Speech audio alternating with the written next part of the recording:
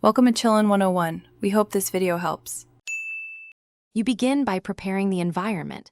Make sure your iPhone, iPad, or Mac has the newest OS and a stable Wi-Fi connection.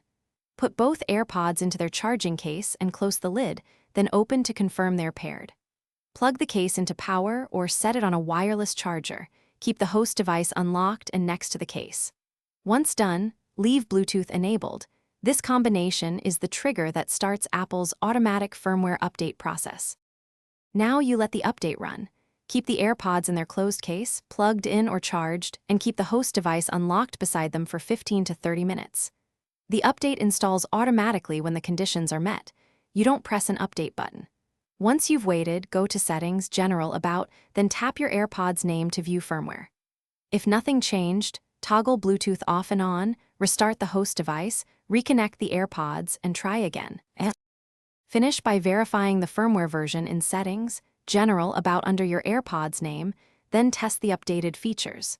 If the update still won't apply, reset the AirPods.